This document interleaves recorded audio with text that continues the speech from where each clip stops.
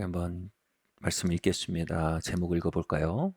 로마서 1장부터 우리가 올해 좀 살펴보려고 하는데요. 로마서 1장 복음 안으로 같이 한번 읽어볼까요? 로마서 1장 복음 안으로. 로마서 1장 16절 말씀 함께 읽겠습니다. 시작. 내가 복음을 부끄러워하지 아니하노니 이 복음은 모든 믿는 자에게 구원을 주시는 하나님의 능력이 됨이니라. 첫째는 유대인에게요 또한 헬라인에게로다. 제가 이 새해를 놓고 기도하면서 로마서에 대해서 쭉 강의를 해나가야겠다는 마음을 받았어요. 왜 로마서입니까? 라고 하나님께 물어야 했습니다. 첫 번째로요, 로마서는 인간의 가장 깊은 필요를 계시해주는 책이기 때문입니다. 이 구원이라는 말이 로마서의 핵심인데요, 구원은 필연적으로 무엇으로부터의 구원, from 이라는 단어를 내포해야 합니다.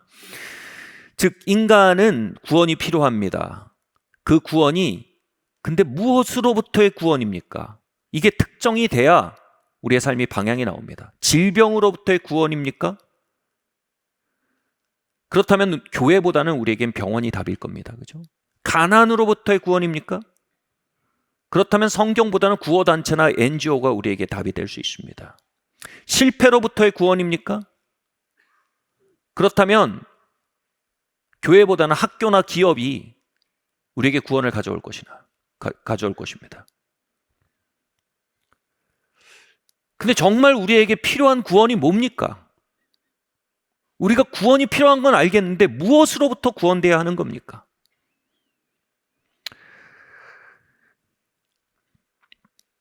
로마서는 말합니다. 인간의 구원의 필요는 죄와 심판으로부터의 구원이라고 명시합니다. 죄와 심판으로부터의 구원이 정말 우리를 괴롭게 하는 문제라는 것입니다. 영어 표현으로 이런 표현이 있어요. Stick to the theme. 말하면서 주제 놓치지 말라는 겁니다. 엉뚱한 소리 하지 말라는 겁니다. 주제에 달라붙으라는 겁니다. Stick to the theme. 우리에게는 시간이 제한되어 있습니다. 우린 주어진 시간 동안 영혼을 해결해야 합니다. 이런 찬양이 있습니다. 세상 모든 민족이 구원을 얻기까지 쉬지 않으신 하나님. 아주 옛날에는 어머니를 만나려면 빨래터로 가야 했습니다. 왜냐하면 어머니는 빨래를 쉬지 않으시기 때문입니다. 예전에 아버지를 만나려면 밭으로 가야 했습니다. 왜냐하면 아버지는 농사를 쉬지 않으시기 때문입니다. 여러분, 하나님을 만나려면 구원의 문제 앞에 서야 합니다. 하나님은 세상 모든 민족이 구원을 얻기까지 쉬지 않으십니다. Stick to the theme. 하나님은 주제를 놓치지 않으십니다. 하나님은 시간이 주어진 목적에 대해 항상 철저히 운영하십니다. 내가 종말을 늦추면, 베드로전서가 말합니다. 종말을 늦추면 모든 이들이 구원에 이르게 하려 함이니라. 하나님이 우리에게 시간을 허락하시면, 자유낙하 시간이 허락되어 있으면 영혼의 문제를 해결하게 하기 위함임을 말씀하고 계신 것입니다.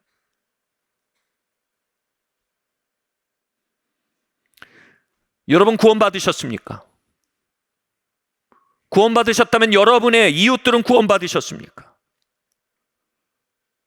이 한반도의 한민족은 구원받고 있습니까? 열방은 구원의 길을 가고 있습니까?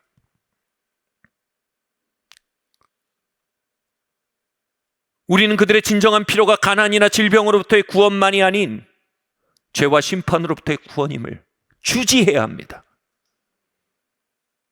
이 질문은 우리의 삶과 2023년에 그리고 우리의 이웃들과 삶의 자리에 하나님의 부흥의 역사를 터뜨리는 길잡이가 되어줄 질문임을 저는 확신합니다. 이렇게 로마서는 우리에게 죄와 심판으로부터의 구원이라는 주제를, 필요를 직시하도록 이끌어줍니다.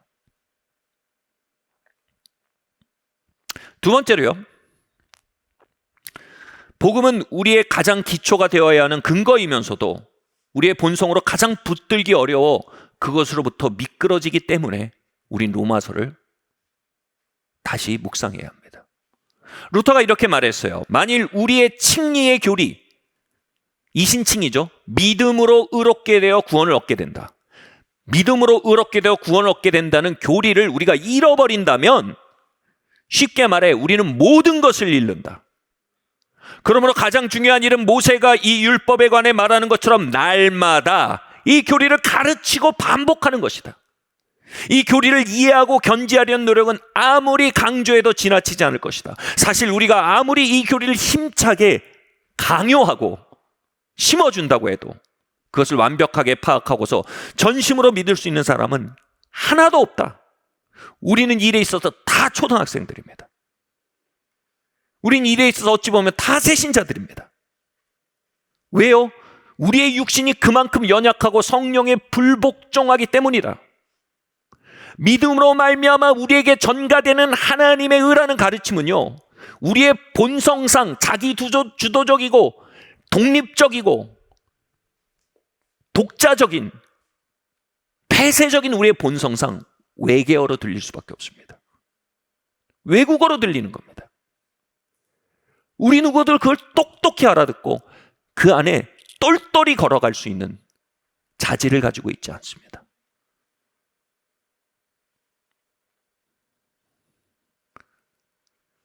그래서 우리는 그 복음을 어느새 우리 스스로의 자기 성취 기질에 연장선에 있는 내가 복음, 감정을 섞어 좀 말하면 지가 복음으로 변질시키는 일을 계속합니다.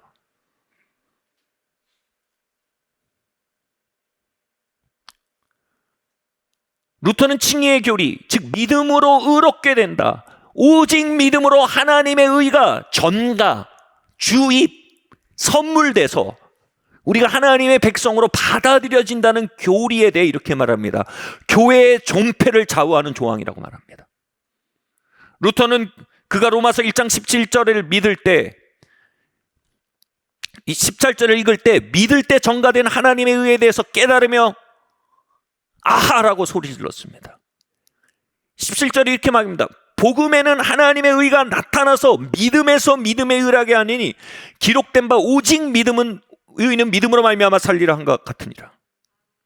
로마서 3장에서는요, 인간의 의에서 apart, 구별되어 있는 하나님의 의로 우리가 구원받는다고 합니다. apart가 뭐냐면요, 구별됐단 말이 정확히 말해 거룩하다는 뜻입니다. 거룩하단 말은 도덕적이란 말이 아닙니다. 거룩하단 말은 인간의 길과 다른 하나님의 길을, 구별된 길을 말할 때 거룩하다고 하는 것입니다. 인간의 의는 인간이 행하고 습득하고 연습하여 획득하는 크레딧으로 확보하는 의미입니다. 도덕률입니다. Apart from, 이것에서 구별된 하나님의 의는 우리에게 외계어와 같습니다. 선물로 준다고? 행한 것 없이 의롭다함을 받는다고?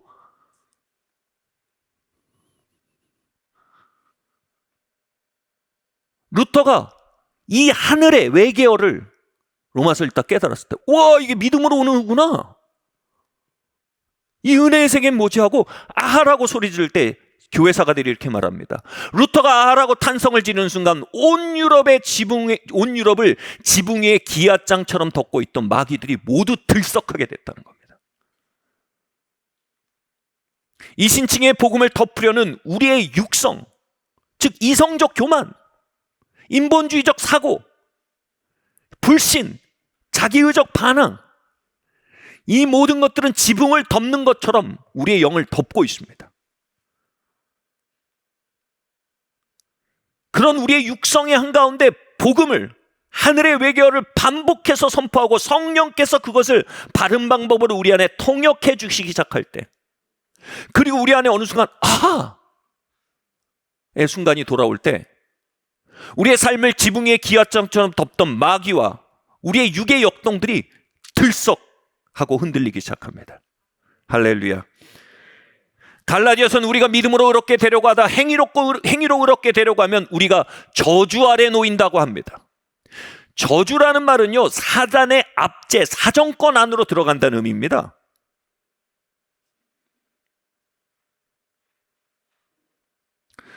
우리의 육은 복음의 터전에서 미끄러져 나와 내려오기를 반복하는 성질을 가지고 있습니다. 그리고 일단 미끄러지고 나면요, 복음의 터전, 이신칭이 선물로 받은 의익, 선물로 받은 하나님의 자녀의 자리, 선물로 받은 하나님과의 관계에서 미끄러져 나오기 시작하면요, 우리의 삶은 전반적으로 사단의 사정권 아래로 떨어진다는 얘기가 되는 겁니다. 성도의 삶은 구원되고 최후 승리 얻는 영화, 사이를 걷는 성화의 길 위에 있는 게 우리 성도의 삶입니다. 이 성화는 뭡니까? 우리의 삶의 실제적인 죄와 실제적인 의를 바꾸어 나가는 행위입니다. 근데 이 성화의 동력을 반드시 믿음으로 말미암는 이신칭의가 동력이 되어야 한다는 겁니다. 루터는 말했습니다. 우리의 헌신과 거룩은 모두 값없이 의롭다고 하신 그분의 은혜에 대한 감사와 찬양으로 인해 이루어져야 하는 겁니다. 이게 무슨 얘기입니까? justification, 칭의라는 말입니다. 여기는 신학자들이 이렇게 말해요. 약간 워드플레이인데요. just if I have never sinned. justification, just if. 내가 한 번도 죄짓지 않은 사람처럼 하나님이 나를 의롭다고 하신 게 justification이에요. 우와, 이게 충격이고 은혜고 선물이에요. 그럼 우리 이렇게 감사하게 됩니다. 찬양하게 됩니다. 경탄하게 됩니다. 그 감사와 찬양과 경탄 안에서 내 안에 있던 누추한 라이프 스타일은 배설물로 보이기 시작합니다. 이게 뭐야? 내가 왜 이렇게 살아야 돼? 내가 왜 이걸 먹고 살아야 돼? 이 돼지 시험 열매 말고 나는 더 너무 좋은 게 있잖아. 난 이제 하나님의 아들이야. 이 사실에 대한 경탄이 이 누추한 삶을 밀어내게 만든다는 겁니다. 결코 내가 하나님 앞에 의를 얻기 위해, 크레딧을 쌓기 위해 거룩의 길을 가는 게 아닙니다. 결코 내가 하나님 앞에 의를 쌓기 위해 헌신하는 게 아닙니다. 그것은 하나님을 섬기는 게 아니고 나의 의를 섬기는 것입니다. 하나님의 길은 set apart, 인간의 의의 길에서 완전히 구별되어 있는 다른 차원의 길입니다. 그 동력은 오직 칭의, 하나님이 값없이 의롭다고 하신 그 은혜의 선물에 대한 경탄과 발견의 동력으로 달려가는 철길입니다. 그런데 갈라디아서가 말하는 게 뭡니까? 우리가 이렇게 해서 성화의 길을 갖는 게 아니고 점점 우리는 어떻게 됩니까? 자고 나면 이리로 미끄러져 있습니다. 하나님, 내가 얼마나 헌신했는데, 하나님, 내가 얼마나 거룩의 길을 걸었는데 나를 이렇게 섭하게 대하십니까? 하나님, 내가 이렇게 하니까 하나님이 나를 이쁘다고 해주실 겁니다. 하나님 이미 우리를 너무 이뻐하세요. 전심으로 이뻐하세요. 하나님, 내가 이렇게 하면 하나님 나를 더 받아들이실 거야. 하나님 이미 모든 것을 우리를 받아들이셨어요. 이 모든 의로운 행위는 전혀 잘못된 동기로 이루어지고 있는 의로운 행위입니다. 불신입니다. 하나님의 칭의를 믿지 않는 불신이 우리의 성화의 동력이 되는 것입니다. 잘못된 동력으로 옳은 길을 가는 자들. 루터는 그것에 대해 찝어 말하는 것입니다. 우리가 아무리 이 교리를 힘차게 강요하고 심어준다고 해도, 이 표현 보세요. 강요한대요. 우리 안에 이것에 대한 저항이 있는 거예요. 루터는 멱살을 잡듯이 회중한테 말한 거예요. 하드캐리한 거예요. 강요하고 심어준다고 그것을 완벽하게 파악하고 전심으로 믿을 수 있는 사람은 없다. 이걸 믿는 건 우리에게 너무 황당한 일이에요. 차라리 의를 버는 게 편한 거예요. 이렇게 말합니다. 우리의 육신이 그만큼 연약하고 성령에 불순종하기 때문이다. 이 삶 자체가 불순종이에요. 옳은 일을 잘못된 동기로 하는 것. 불신 때문에 거룩의 길을 걷는 것. 불신 때문에 헌신하는 것. 의를 벌고 크레딧을 쌓으려는 자기 동력화된 자기의의 길. 이건 하나님의 길과 관계가 없다는 거예요. 불트만이 이렇게 말했습니다. 죄는 인간이 자기의 힘으로 구원을 얻으려는 인간의 자기 동력적인 분투 자체다. 이게 죄예요, 그냥 다. 예수님께서 베드로에게 말씀하셨으면 내가 이 반석 위에 교회를 세우리니 음부의 권세가 능치 못하리라. 우리 개혁주의 선배들은 이 반석은 그리스도에 대한 바른 고백이라고 말합니다. 다시 말해 복음에 대한 진리에 기초한 바른 고백입니다. 우리가 그리스도가 우리를 위해서 이루신 일, 그 은혜의 길, 복음의 길 위에 바르게 설 때 음부의 권세가 우리를 능치 못할 거라는 겁니다. 우리가 여기서 미끄러질 때 우리는 사단의 사정권에 있게 된다는 겁니다. 그리고 이 일은 매우 빈번히 벌어지며 이 일은 너무나 총체적이고 거대한 현실이기에 우리가 감지하지 못합니다.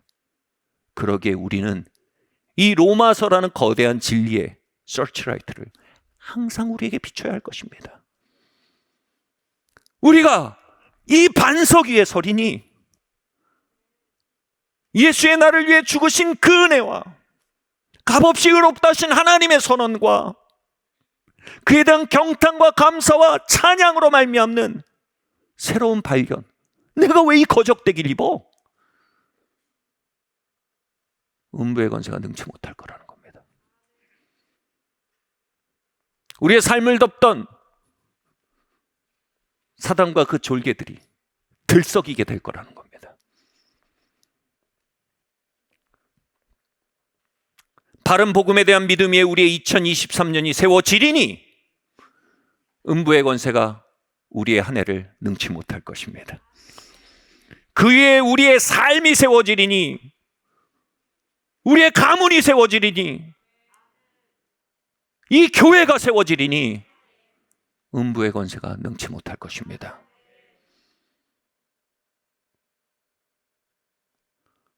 우리는 인간의 자기 힘으로 구원을 얻으려는 인간의 자기동력적인 분투라는 죄로부터 우리를 건지시는 복음의 외침 속으로 들어오고 피난하여야 하는 것입니다. 세 번째로요, 복음은 우리의 여정에 성령의 능력을 풀어넘는 가장 안전하고 강력한 방편이 됩니다. 남아공 최고의 개혁주의 신학자 앤드류 머레이가 이렇게 말했습니다. 성령님은 비둘기와 같아서 그것을 잡으려고 하면 날아가 버린다. 그러나 우리가 그리스도를 따르려고 하고 복음의 길 안에 걸으려고 하면 성령님은 나라와 우리 위에 깃드신다. 이것은 우리가 걸어야 할 노선을 가장 잘 보여주는 말입니다. 우리는 성령의 것들, 신령한 것들을 잡으려고 손을 뻗으려 하지 않습니다. 누군가 막 하나님 임재 안에서 몸을 떨어요. 그럼 나도 몸을 떨면 뭔가, 누군가 막 격앙된 감정으로 막 울고 웃어요. 그럼 나도 뭔가 울고 웃어야 뭔가. 율법의 행위입니다. 또다시요. 갈라디아서 말합니다. 내가 너희에게 다만 이것을 알려하노니 너희가 성령을 받은 것은 율법의 행위로냐 듣고 믿음으로냐. 자, 성령을 받은 방편에 대해 명확히 명시합니다. 너희가 성령을 받은 것이 삼각산에 올라 기도함으로냐, 너희가 성령을 받으면 몸을 떨므로냐, 너희가 성령을 받은 놈이 박수를 1000번 치고 할렐루야 10,000번 해서냐, 성령을 받음이 어느 신령한 기도원에 가서냐, 성령을 받음이 복음을 듣고 믿음으로냐. 이걸 내가 알려고 한다. 너의 영성의 뿌리가 뭐냐? 너는 열광주의냐? 아니면 참 하나님의 영에 있다는 복음의 능력 안에 사느냐? 앰플리파이드 성경은요, 이 부분을 이렇게 말합니다. 성령이 너희가 받은 것이라는 것을 가로 열고 강림하시고 기름 부시고 기적적 권능으로 역사하게 하신 것 가로 닫고 이렇게 번역했습니다. 다시 말해 성령의 내적 감동 감화뿐만 아니라 성령의 외적 권능의 역사까지 포함하는 단어로서 이 본문을 해석합니다. 정확한 번역입니다.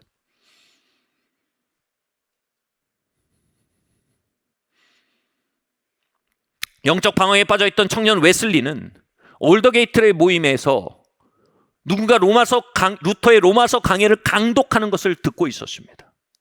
근데 로마서 강해를 강독하며 이 신칭이 믿음으로 의롭게 된다는 set apart from, 인간에 의해서 완전히 다른 하나님의 의의 길에 대해서 듣는 순간 갑자기 마음이 뜨거워지기 시작합니다. 그리고 온몸에 성령의 기름 발라주심을 경험하기 시작합니다. 그리고 하나님의 임재 앞에 고꾸라져서 한동안 움직이지 못합니다. 그리고 그 후 그가 일어날 때 그는 전혀 다른 사람이 돼 있었습니다. 성령의 강림하심과 기적적 권능과 기름 부으심으로 가득 찬 요한 웨슬레가 된 것입니다. 베드로가 고넬료의 가정에서 복음을 선포했습니다. 그때 성령께서 그 가정에 강림하셔서 그들이 방언도 하고 예언도 했다고 했습니다. 이때 이 강림하셨다는 말이 헬라로 보면 끌어안으셨단 말입니다. 고넬료의 가정에 복음이 선포될 때 성령님이 그 가정을 끌어안으셨습니다. 그리고 권능으로 역사하셨습니다.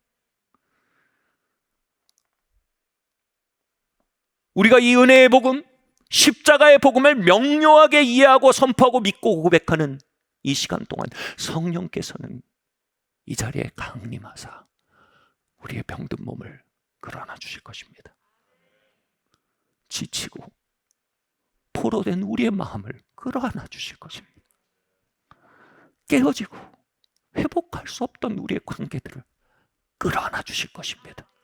각양 필요와 형편에 맞게 그분은 권능과 은혜와 회복과 은사들을 베풀어 주실 것입니다. 오 비둘기와 같은 성령님, 복음의 현장에 강림하시는 성령님, 이곳에 당신을 환영합니다.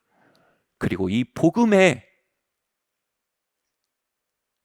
잔치 위에 주님 왕이 되어 주시기를 기도합니다.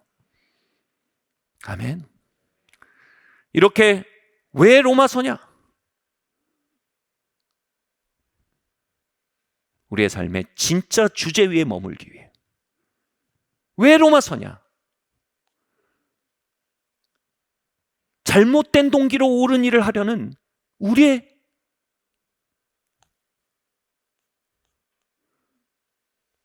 자기 동력적인 분투를 끊임없이 돌이키기 위해. 왜 로마서냐?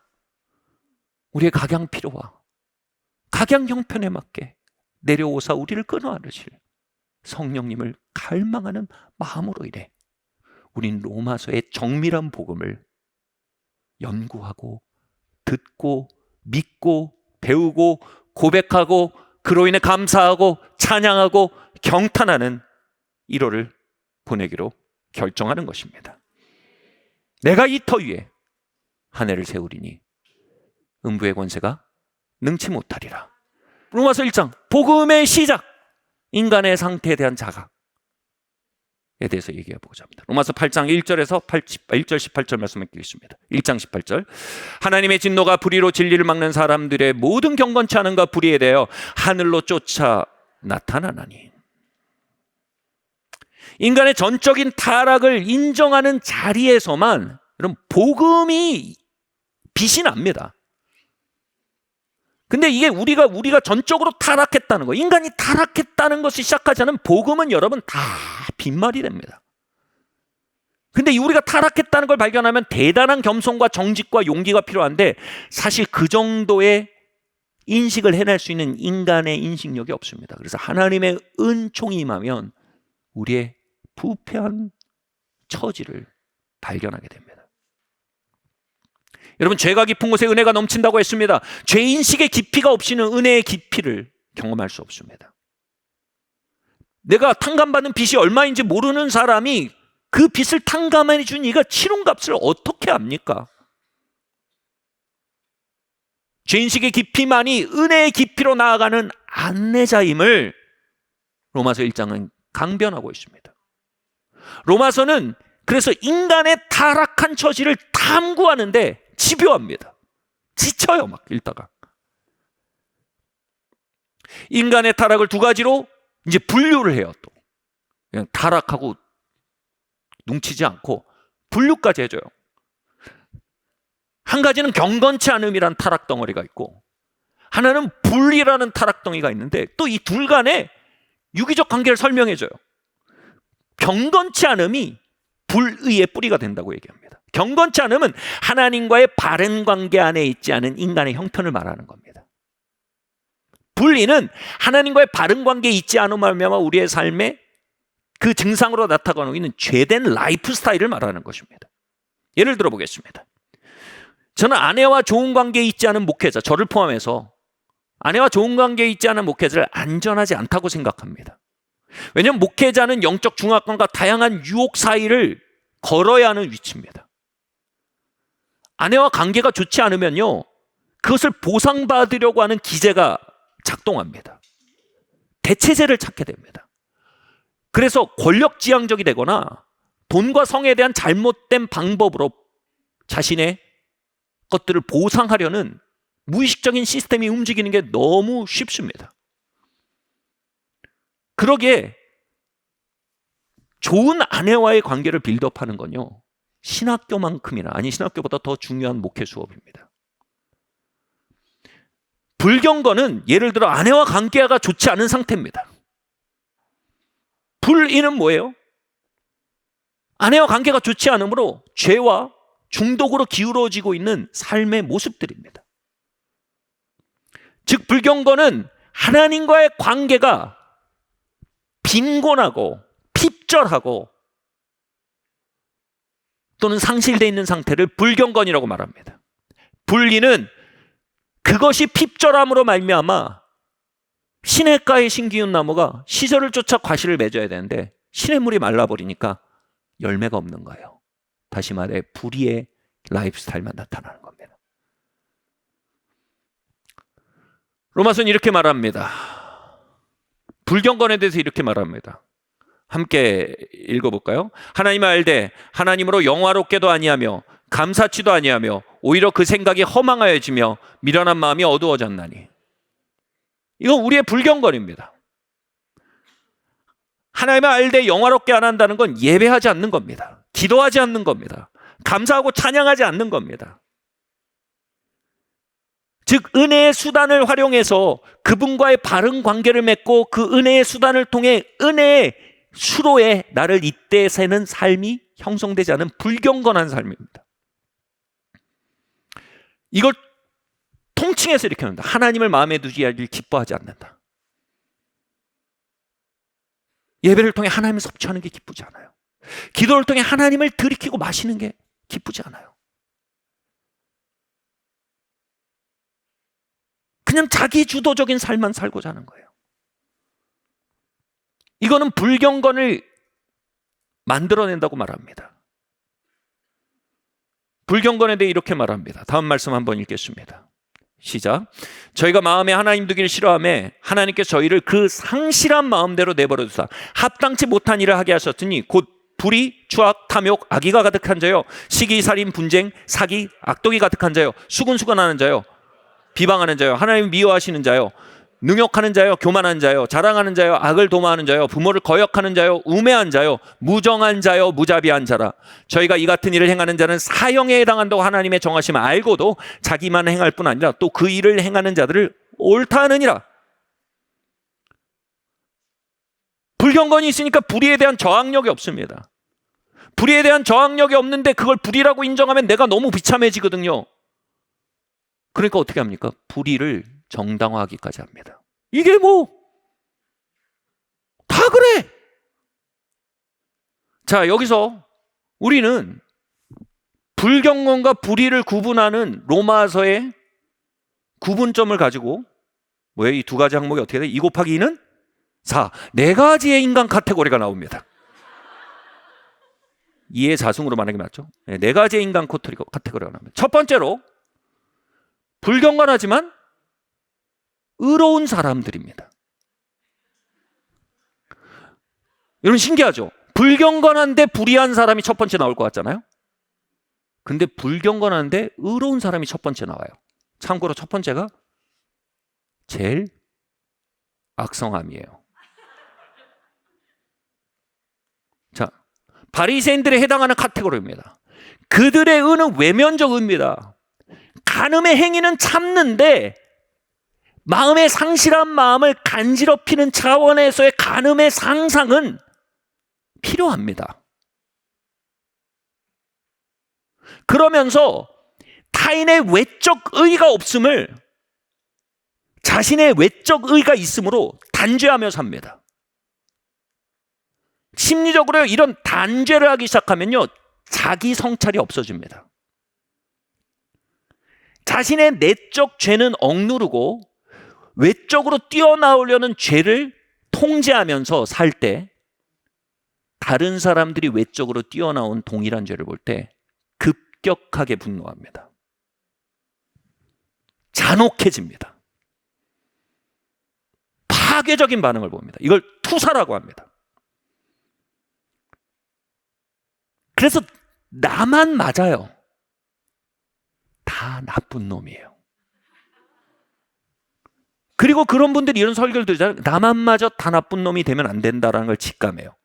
그래서 또 다른 형태로 나만 맞다는 형태를 발전시켜요. 자기조차 속아요. 계속해서. 여러분, 내적 의와 외적 의의 차이는요, 내적 죄와 외적 죄의 차이는요, 애벌레와 나비의 차이입니다. 우리가 보면 나비가 이따시 많았고 애벌레는 요따시 많았지만 곤충학자의 눈엔 똑같은 거예요.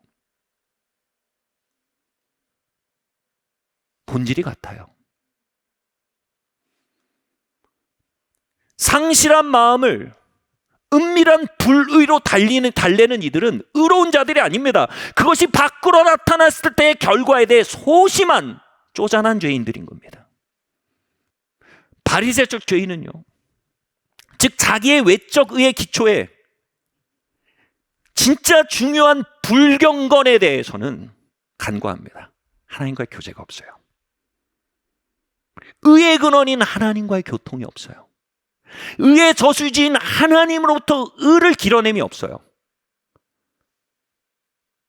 그리고 삶에는 진정한 의의 수자원에서 걷어낸 물로 키워낸 꽃과 열매가 아닌 짝퉁꽃과 짝퉁 열매가 있습니다. 뿌리 없는 외형적 의가 있는 겁니다. 다시 불투만의 얘기를 가져옵니다. 인간의 근본적인 죄는 스스로 의롭다는 자기의 의지이며 이러한 식으로 그는 자신을 신격화한다. 인간의 근본적인 죄는 스스로 의롭다는 자기의 의지이며 이런 식으로 그는 자기를 신격화한다. 성경은 이것을 자기 숭배라고 말합니다. 자기의는 가장 지독한 자기 숭배입니다. 그의 타인에 대한 인식은 투사로 가득합니다. 그에 대한 자기 인식은요, 자기 숭배적 나르시즘, 교만으로 가득합니다. 영적 나르시스트.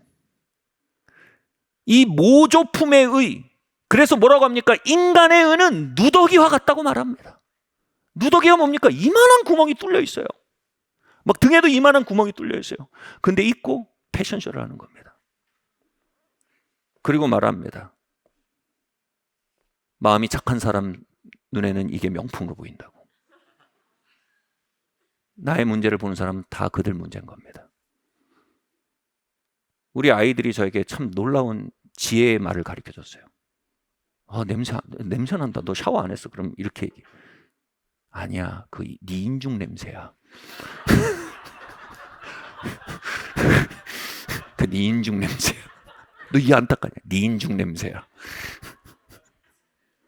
온갖 냄새를 피우며 다 프로젝션합니다. 네 인중 냄새야. 네 인중 냄새야.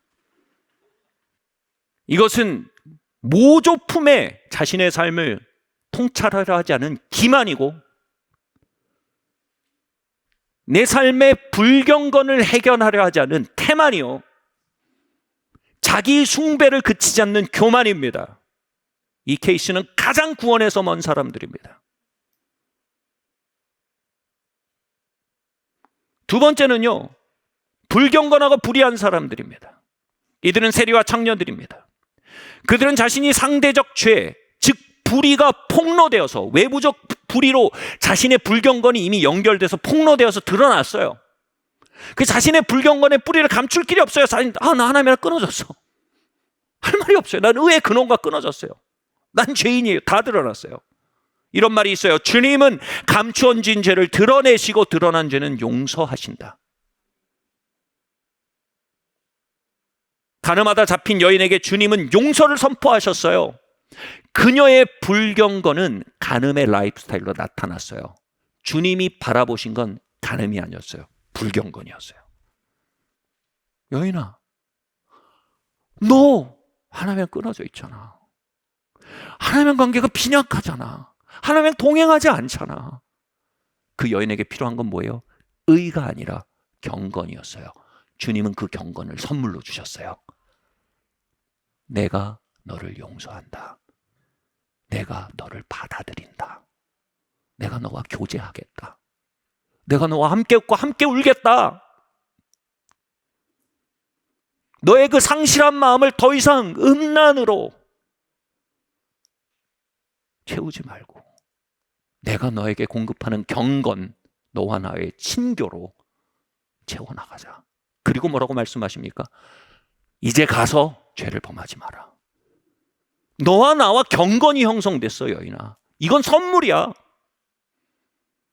이건 내가 눈높이를 맞춰서 내가 무릎을 꿇고 너의 삶과 함께함으로 너와 관계가 맺혀진 거야.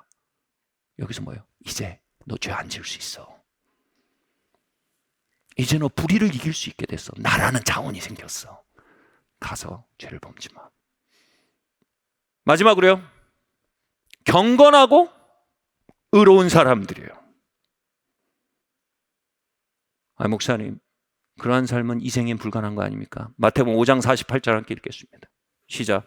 그러므로 하늘에 계신 너희 아버지의 온전하신 같이 너희도 온전하라. 여기서 하늘에 계신 너희 아버지의 온전함은 자비입니다. 자비가 뭐예요? 여러분, 예전에 패밀리 레스토랑에 유행하던 자세가 있었어요. 이 웨이터나 웨이트레스가 주문을 받을 때 항상 이렇게 하고 주문을 받는 거예요. 그럼 거기에 가면 우리가 패밀리 레스토랑에 왔구나. 딱 맞추는 거예요. 여러분, 이게 자비예요. 하나님 우리한테 맞춰주시는 거예요. 세리와 창녀의 친구가 돼주시는 거예요. 하나님이 자비하시니 뭐라고요? 그 자비에 기초해서 너희도 온전하라는 거예요. 지난주에 제가 엘샤다이 하나님과의 만남에 대해 잠시 나누었습니다. 엘샤다이는 하나님의 모성적 임재를 표현하는 성경의 단어입니다. 제 안에는 모성적 결핍이라는 고통이 있었습니다. 그리고 이 고통은 제 삶에 두 가지 불의를 만들어냈어요. 하나는 중독적 삶과 하나는 분노하는 삶이에요. 아기 코끼리가 무리에서 떨어지면 아기 코끼리는 굉장히 공격적이 됩니다. 그리고 동시에 굉장히 성욕이 기하급수적으로 커집니다. 그러나 이 아기 코끼리를 다시 무리에 편입시키고 그 무리의 사랑을 받게 하면 아기 코끼리의 뒤틀어진 성욕이 바로잡히고 분노와 징후가 내려갑니다.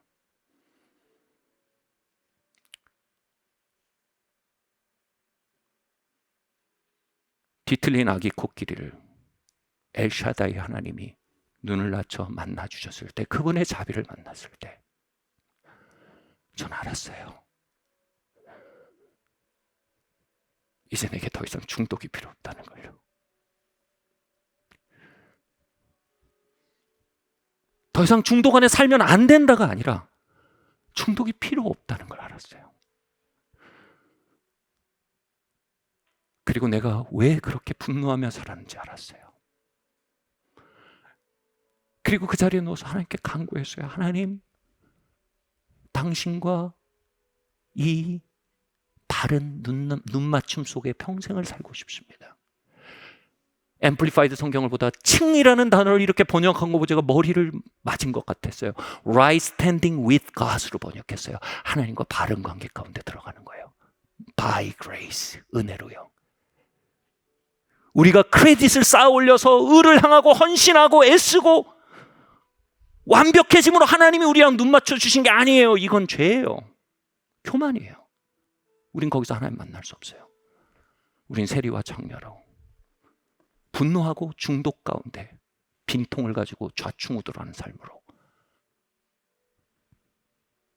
Right standing with God, 하나님의 칭의, justification, 한 번도 죄를 짓지 않은 아이처럼 우리를 보시는 그 눈빛 안에 들어가는 거예요. 저는 지금도 세상을 걷습니다. 지금도 그 눈빛을 놓칩니다. 그럼 제 안에 다른 압력들이 올라갑니다. 그때 압니다. 내가 어느새 은혜에서 미끄러졌구나. 엘샤다이 하나님, 자비의 하나님. 여기 평생 빈통으로 살아온 영준이가 여기 있습니다. 예수님의 별명은 세리와 창녀의 친구였습니다. 이건 칭의에 대한 가장 완벽한 예시입니다.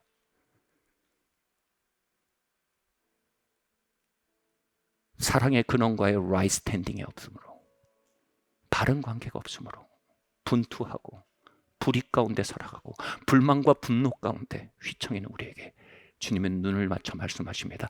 내 아들 예수의 값지름으로 말미암아 너는 내 아이다. 너는 내 사랑이다.